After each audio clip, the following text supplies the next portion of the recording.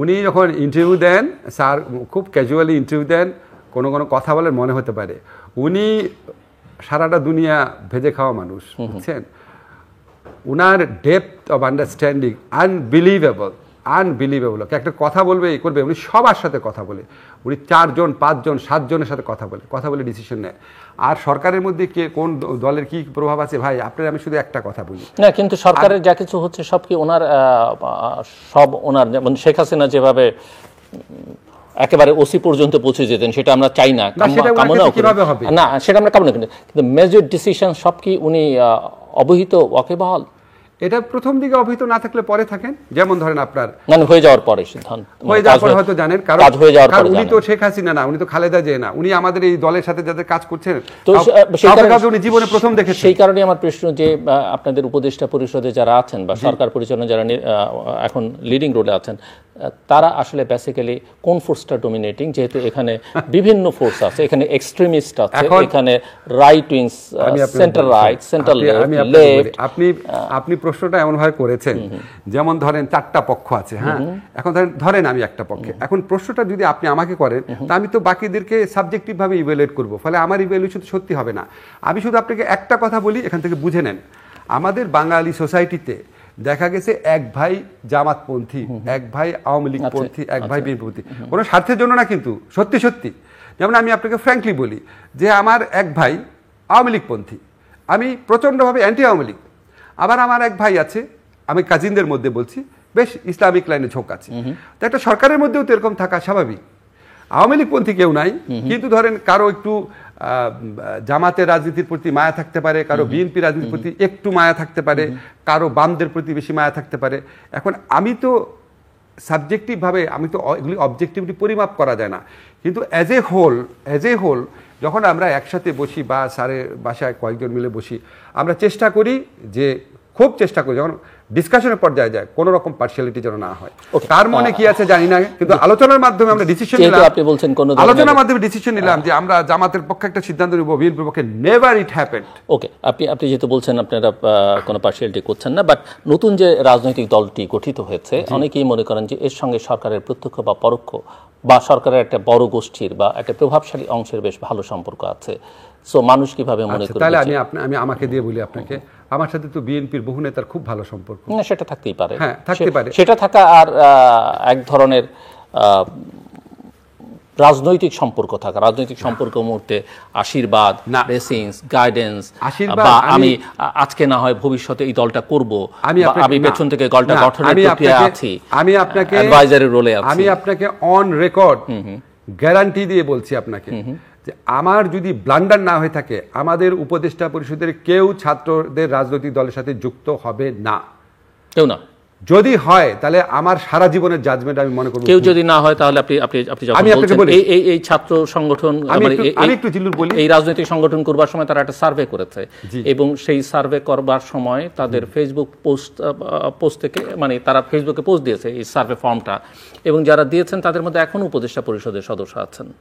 মানে সার্ভেটা পোস্ট করেছে, হ্যাঁ, যে এটা ভুল করেছেন। আমাদের এই সার্ভে পোস্ট করা উচিত না, যে করেছে আমি জানি না, অবহিত না, করা উচিত না। আমাদের তো ভুল হতে পারে, কিন্তু আমি আপনাকে যে জিনিসটা বলতে চাচ্ছি, ধরেন মায়া, ভালোবাসা, স্নেহের কথা তো বললেন। আচ্ছা, ধরেন আমার সাথে ফখরুল ভাইয়ের যে সম্পর্ক 15টা বছর এই আন্দোলন সংগ্রামে, ফখরুল ভাইয়ের অধিকার আছে আমার ফোন করে একটা রাগারাগি করা। আপনাকে আমি এত বড় কথা বললাম, আন্দোলনকালীন সময়ে বহু গোপন জায়গায় আমি ওনার সাথে দেখা করতাম, একা কথা বলতাম। এখন ফখরুল ভাইয়ের সাথে আমার সম্পর্ক আছে না?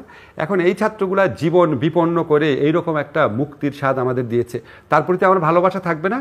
আমার কাছে যদি ওরা পরামর্শের জন্য আসে, ছাত্ররা কেন, যে কোনো রাজনৈতিক দল যদি পরামর্শের জন্য আসে, অবশ্যই আমি পরামর্শ দিব, অবশ্যই দিব। আন্দোলনকালীন সময় বিএনপির সাথে কথা বললাম, মান্না ভাইয়ের সাথে 100 বার কথা বলতাম, নূরদের সাথে 100 বার কথা বলতাম। এখন ওরা যদি আসে, স্যার আমরা একটা পলিটিক্যাল পার্টি করতে কিভাবে করব, আমি তো ওদের সরাসরি বলি, তোমাদের ফান্ডিংয়ের ব্যাপারটা বাংলাদেশে একটা রেকর্ড করো, প্রকাশ্যে চাঁদানো, যে ভাই আমি এই দলে, আমেরিকায়, ব্রিটেনে, ইউরোপে যেরকম হয় এরকম পরামর্শের বাইরে কিচ্ছু নাই। অন্তর থেকে চাই তারা একটা পরিশুদ্ধ বিকল্প রাজনৈতিক ধারা গড়ে তুলুক। এটার মধ্যে কোনো লুকোচাপা নাই। আমার কথা আমি আপনাকে বলে দিই, আমার যদি বুদ্ধিবৃত্তিক হেল্প লাগে, সেটার সাথে আমার সরকারি দায়িত্বের কোনো সম্পর্ক নাই। আমার বুদ্ধিবৃত্তিক হেল্প যদি আজকে জামাতে ইসলামও যদি আইসা বলে, ভাই আমরা এই সংস্কারের ব্যাপারে কি সিদ্ধান্ত নেব, আমি বলতে পারি, ভাই আমার কাছে মনে হয় আপনারা এটা করলে ভালো। এটার সাথে আমার সরকারি দায়িত্বের সম্পর্ক নাই, কারণ আমার দায়িত্বের এটাতে প্রভাবিত হচ্ছে না। আমি ছাত্রদের কোনো আনডিউ, যেমন আমি আপনাকে বলি আমার এখানে যে কাজ টাজ হয়, আমি আপনাকে গ্যারান্টি দিতে পারি আমি কোনো আনডিউ অ্যাডভান্টেজ দিচ্ছি না। But that is a perception যে তারা Perception থাকবে। নানান কিছুর মধ্যে আছে, এবং আপনি ফান্ড রেজিং এর কথা বলছেন, সেটা নিয়েও অনেক রকমের কথা আছে, আমি সেগুলো বলতে চাই না। এবং না না, অনেক রকম কথা থাকতে পারে, কিন্তু আপনাকে তো প্রমাণ দিতে হবে। জিল্লুর ভূমিকা না, প্রমাণ তো জিল্লুর, আপনিও তো কোটি কোটি, আপনি ক্যাশিয়ার হয়েছেন না কি? কার কার ক্যাশিয়ার হয়েছেন? আমি হাজার কোটি টাকার মালিক। আমি পলিটিক্স করি না। না না না, আমরা পলিটিক্স করি না। রাষ্ট্রীয় পদ, আমরা সরকারি পদে নেই, এবং আমার ওরকম কোনো, আমি আর আপনি সরকারি পদে নাই, তারপরও নাকি আমরা হাজার কোটি টাকার মালিক হয়েছি। আমি প্রতিবাদ করি না, ভিত্তির কথা। তো ওদের সম্পর্কে যে কথাগুলো বলা হয় এটা ভিত্তির না, আমি বুঝবো কিভাবে? ওদের তো অনেকে মানে সেটা দৃশ্যমান অনেক কিছু। সবচেয়ে বড় কথা হচ্ছে যে আপনি যেটা বলেছেন, অবশ্যই তাদের প্রতি আপনার 100 গাড়ি নিয়ে প্রোগ্রাম, যেটা সবচেয়ে বড় কথা হচ্ছে তাদের সকলের প্রতি আমাদের শ্রদ্ধা, ভালোবাসা, স্নেহ, মায়া, মমতা সবটাই আছে। কিন্তু 71-কে যেভাবে আওয়ামী লীগ ব্যক্তিকরণ, পারিবারিকীকরণ, দলীয়করণ করেছে, এই পুরো আন্দোলনটাকে বড় হয় না যে কয়েকজন মাত্র গুটি কয়েক তারা তাদের করে ফেলেছে। ইভেন আমরা যখন বলছি যে ছাত্ররা তারা কি সারা দেশের 3 কোটি ছাত্রের প্রতিনিধিত্ব করে, কিংবা তারা কি বৈষম্যবিরোধী ছাত্র আন্দোলনের সকলের প্রতিনিধিত্ব করে? সকল সমন্বয় কি এখন একসঙ্গে আছে? প্রাইভেট ইউনিভার্সিটি গুলো আছে তাদের সঙ্গে, মেয়েরা তাদের সঙ্গে সবাইকে আছে। জি, মাদ্রাসা আছে নাকি সন্দেহ আছে। আপনি এই প্রশ্ন তুলতে পারেন জিল্লুর, এটা তুলতে পারেন, ভ্যালিড প্রশ্ন সমাজে থাকা উচিত। আমি আপনাকে একটা জিনিস বলি, আমরা শেখ হাসিনার আমলে 2টা জিনিস খুব ঘৃণা করতাম। একটা হচ্ছে মালিকানার রাজনীতি, যে বাংলাদেশের স্বাধীনতা সংগ্রাম তাদের পৈতৃক সম্পত্তি, এটা ছিল জনযুদ্ধ, কিন্তু এটা বানায় ফেলছে শেখ পরিবারের যুদ্ধ। যেহেতু শেখ পরিবার কেউ যুদ্ধে অংশ নিচ্ছে নাকি, মানে শেখ কামালও সরাসরি যুদ্ধে অংশ নিচ্ছে, এটা প্রশ্ন থাকতে পারে। আরেকটা হচ্ছে ট্যাগ দেওয়ার রাজনীতি। এখন ধরেন এই মালিকানার রাজনীতি, ট্যাগ দেওয়ার রাজনীতি, এটা ছাত্র সংগঠনের কারো কারোর মধ্যে আছে নাকি এই প্রশ্ন আপনি তুলতে পারেন। একই সাথে সাথে রাজনৈতিক দলগুলোর মধ্যেও কারো কারো আছে নাকি আপনি তুলতে পারেন। মানে বিএনপি জামাতের মধ্যেও এই প্রবণতা আছে নাকি এটা আপনি তুলতে পারেন। এখন ধরেন আমরা ছাত্রদেরকে বেশি ভালোবাসি, বেশি স্নেহ করি, আমরা ওদের থেকে খুব পারফেক্ট আচরণ আশা করি। কিন্তু জিল্লুর একটা জিনিস খেয়াল করে দেখেন, আপনার যখন 25-26 বছর ছিল, কত ভুল আমরা করতাম না? আপনি হয়তো করতেন না, আমি করতাম, আরো বেশি ভুল করতাম। তো ওরা তো একটা প্রক্রিয়ার মধ্যে দিয়ে আসছে, শিখছে, জানার চেষ্টা করছে।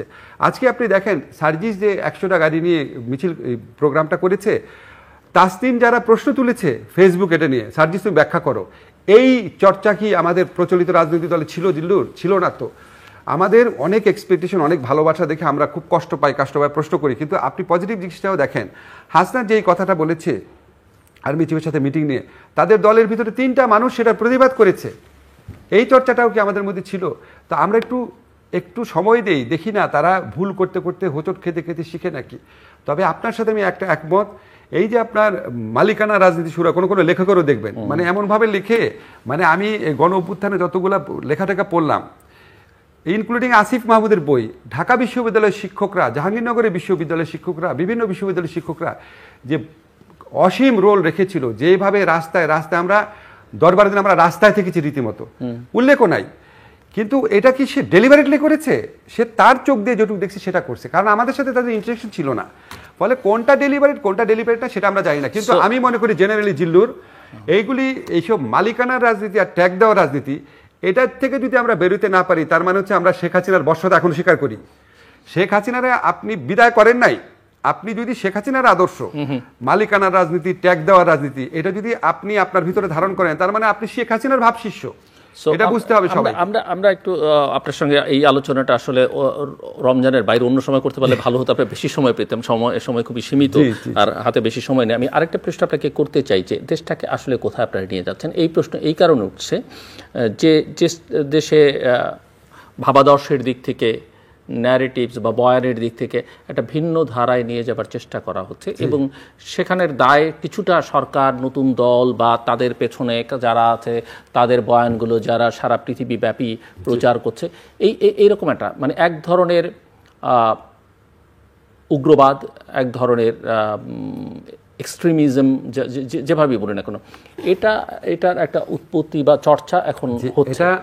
এটা আমাদের সেটা নানাভাবে উদাহরণ দিয়ে দেখানো যাবে, মেয়েদের উপরে কি হচ্ছে, এটা হতে পারে। কিন্তু আপনি আবার এটাও লক্ষ্য করেন, ধরেন আজকে মাহফুজ যেভাবে মবের বিরুদ্ধে এই আপনার উন্মত্ততা মানে তৌহিদি জনতার নামে উন্মত্ততা এইসবের বিরুদ্ধে মাহফুজ যে স্ট্যান্ডটা নিয়েছে, যেভাবে নিন্দিত হয়েছে স্ট্যান্ডটা নিয়ে, যেভাবে নিজেকে ভালনারেবল করেছে, এই পজিটিভ সাইডগুলোও দেখেন।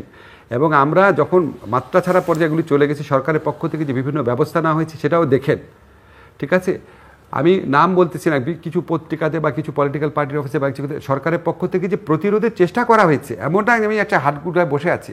আপনি বলতে পারেন আমাদের সেই প্রতিরোধের ব্যবস্থাটা আরও বেশি জোরালো, আরও একটু আগে হওয়া উচিত ছিল। এখন আমরাও তো একটা লার্নিং প্রক্রিয়ার মধ্যে দিয়ে যাচ্ছি। আমি আপনাকে একটা কথা যদি বলতে চাই, আমার বিবেচনায় বাংলাদেশের কোনো সরকার 1985 সন থেকে আমি সরকারকে খুব কাছের থেকে দেখি, তার আগেটা আমি জানি না, বাংলাদেশের কোনো সরকার 1985 সনের পর থেকে এত ডিফিকাল্ট সময় পার করে নাই।